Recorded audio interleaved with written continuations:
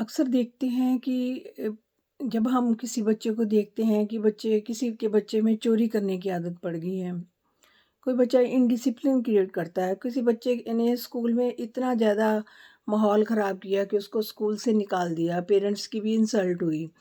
तो कोई बच्चा चोरी करता है या कोई बच्चा पेरेंट्स का कहना नहीं मानता या गाली-गलौज करता है। तो ऐसे में बहुत सारे पेरेंट्स जो हैं, मोस्ट ऑफ द पेरेंट्स जो है फ़ियर करने लगते हैं कि कहीं हमारा बच्चा भी इसी राह पर ना चल पड़े, हमें भी इस तरह की मुश्किलें ना आनी पड़ें। तो गुड मॉर्निंग फ्रेंड्स, आज हम इसी विषय पर बात करेंगे कि बिगड़े हुए बच्चों को हम किस तरह से सही रास्ते पर ला सकते हैं। ठीक है? बच्चे जो है भगवान का अ, अनमोल तोहफ़ा हैं, तो इनको हम किस तरह से सही रास्ते पर सही मार्गदर्शन करके उनको किस तरह से अपना उनको गाइड कर सकते हैं, आज हम इसी विषय पर बात करेंगे। तो सबसे पहला पॉइंट जो है, वो ये है कि घर का जो माहौल है, वो पीसफुल होना चाहिए। पीसफुल इन द सेंस कि एक-दूसरे से रिस्पेक्ट से बात करें। उस एक-दूसरे से पीसफुल माहौल से, लवफुल वे से बात करें। बच्चा जो है वॉच करता है कि पेरेंट्स जो है ग्रैंड पेरेंट्स से कैसे बात करते हैं, उनका बोलने का तरीका कौन-सा है। या उसका फादर जो है मदर से अपनी मदर से या अपने फादर से किस तरह से बात करता है। सिमिलरली बहू है जो सास से बात कैसे करती है या सास बहू से कैसे बात करती है, वैसा वैसा दोनों ही आपस में, जैसे जो ग्रैंड पेरेंट्स जो हैं वो किस तरह से बात करते हैं, पेरेंट्स जो हैं वो किस तरह से बात करते हैं, ये बच्चा जो है कॉपी करता है। The child always copy you. आप किस तरह से बात करते हैं। अगर घर में जो है माहौल जो है लड़ाई झगड़े का है, एक दूसरे तू तड़ाक करके बात करते हैं, तू कहकर बात करते हैं, गुस्से में बात करते हैं, हाइपर होकर बात करते हैं, तो बच्चा भी बाहर जाकर लड़ाई झगड़ा करेगा, दोस्तों से मार पिटाई करेगा। अगर बच्चा बाहर घर में देखेगा कि पीसफुल बात करते हैं, एक दूसरे से कितनी रिस्पेक्ट से बात करते हैं, घर का माहौल जो है बड़ा शांत है, खुशनुमा है, तो वो बच्चा जो है फ्लरिश करेगा, वो भी बच्चा अच्छी आदतें सीखेगा।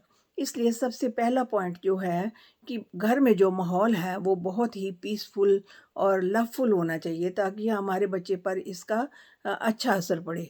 तो तभी यहाँ से पहली बात तो यही है कि घर में जो है एक दूसरे से रिस्पेक्ट में, अगर कोई चीज़ भी लेनी है, प्लीज़ एक्सक्यूज़ मी, ये चीज़ें बच्चे को सिखाएं।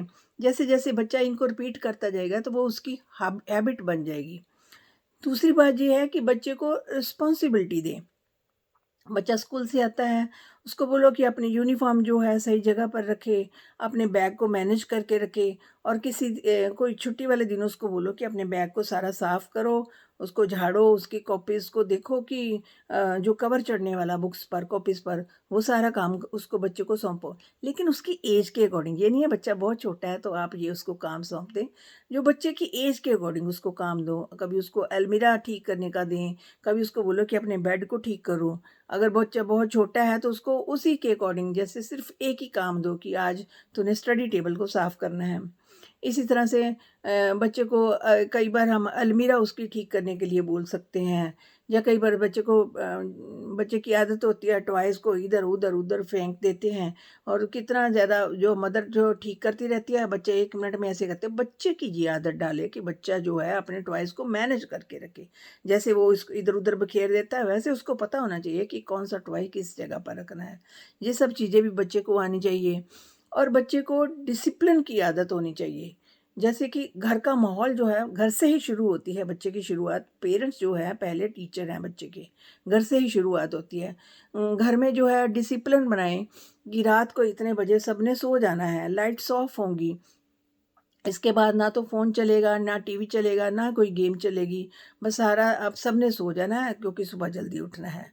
तो क्योंकि अक्सर ऐसा होता है कि पेरेंट्स भी थके आ रहे होते हैं जॉब से आकर, जब वो सो जाते हैं, तो बच्चे देर रात तक जागते रहते हैं। पेरेंट्स को पता ही नहीं होता, वो अपना टीवी वॉच करते हैं, फ़ोन चलाते हैं, किधर का कुधर कौन-सी साइट्स देखते हैं। पेरेंट्स को कुछ भी अवेयर नहीं होते।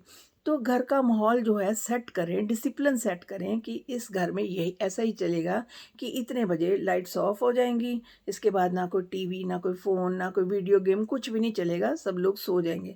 तो जैसे-जैसे बच्चा घर में वॉच करेगा, तो फिर वो धीरे-धीरे, धीरे-धीरे उसकी हैबिट बनती जाएगी कि इस तरह से ही घर में डिसिप्लिन में रहना है।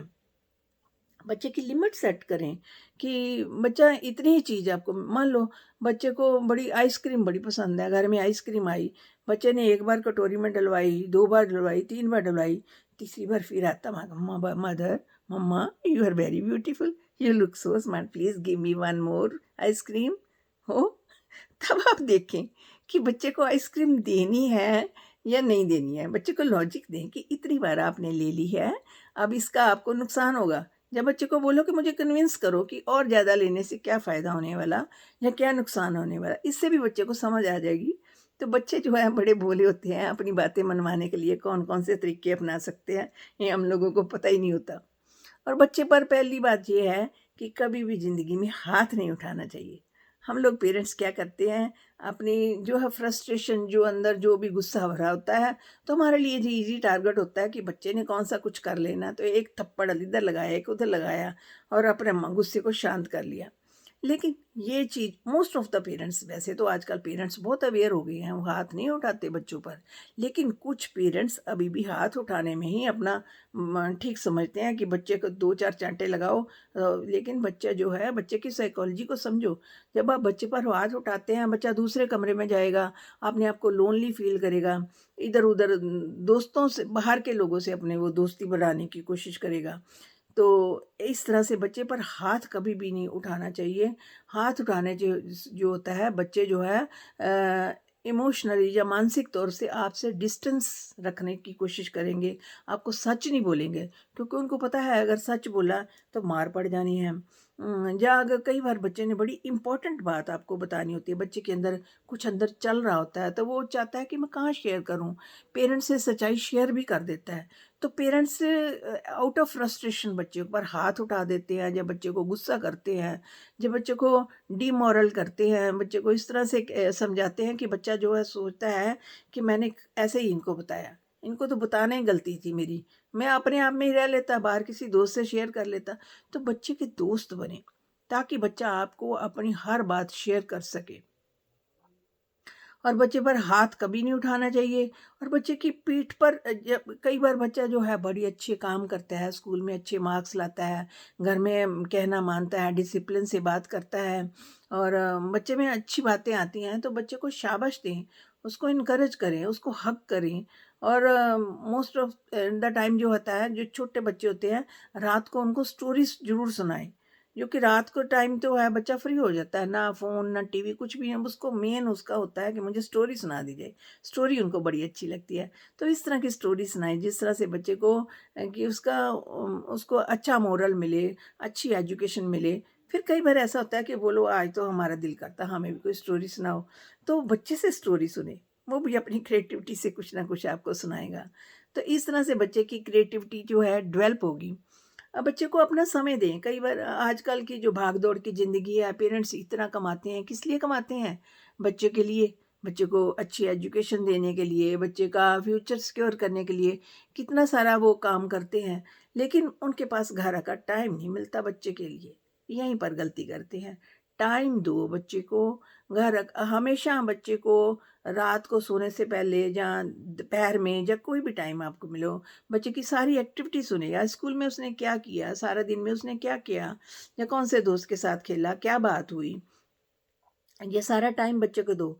बच्चा घर आता है तो मेन उसका बैग आप खुद चेक करें, कहीं किसी बच्चे की बुक या कॉपी तो नहीं ले आया, किसी बच्चे का पेन पेंसिल रबड़ तो नहीं ले आया। अगर ऐसा ले आया है तो उससे पूछे कि ये कैसे आ गया, क्योंकि यहीं से बच्चे को कई बार, एक बार हम कहते हैं हाँ ये तो बड़ी अच्छा कलर आ गया, कैसे आ गया, ये बच्चे को कभी इनकरेज मत करें।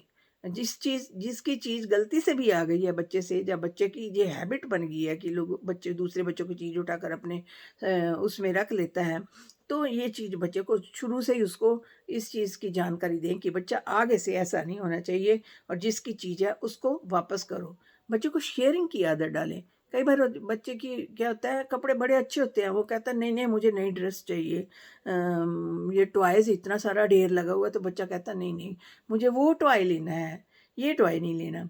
तो उसको बोलो कि अच्छा ये टॉय नहीं लेना है, तो ये टॉय हम किसी दूसरे बच्चे को दे देते हैं, जो जिनके पास टॉयज़ खरीदने की पैसे नहीं हैं, तो उनको दे देते हैं। तो बच्चे को आदत डालें कि ये टॉय पहले किसी को दो, फिर आपको नया टॉय ले देते हैं। अगर जो यूनिफ़ॉर्म के लिए या किसी और चीज़ के लिए क ड्रेस के लिए ज़िद कर रहा है, तो बोलो कि हम ये ड्रेस जो अगर आपको नहीं ठीक लगती, तो हम ये ड्रेस किसी नीडी को दे देते हैं। बच्चे को जैसे जन्मदिन आता है, जब कुछ आता है, तो बच्चों को ऐसी जगह पर ले जाएँ, जैसे अनाथ आश्रम में लेकर जाएँ। क्योंकि स्कूल में तो हम टॉफ़ीज़ बाँटते हैं, कुछ केक वगैरह भी सारा डिस्ट्रीब्यूट करते हैं। लेकिन ये बोलो उसको अनाथ आश्रम में ले जाएँ, वहाँ पर बच्चों को फ्रूट बाँटने की आदत डालें। बच्चे के हाथ से गिफ्ट दिलवाएँ, ताकि बच्चे को पता हो कि बाहर भी लोगों में ये चीज़ें हमने शेयर करनी है।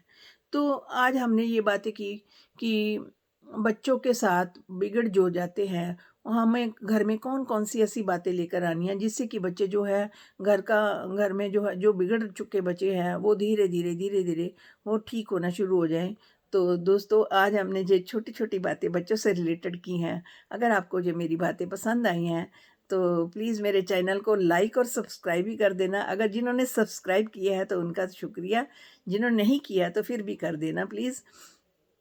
और आशा करती हूँ कि आप क्या चाहते हैं, अपने बच्चों के लिए क्या करते हैं? प्लीज़ कमेंट बॉक्स में ज़रूर लिखना। शुक्रिया दोस्तों।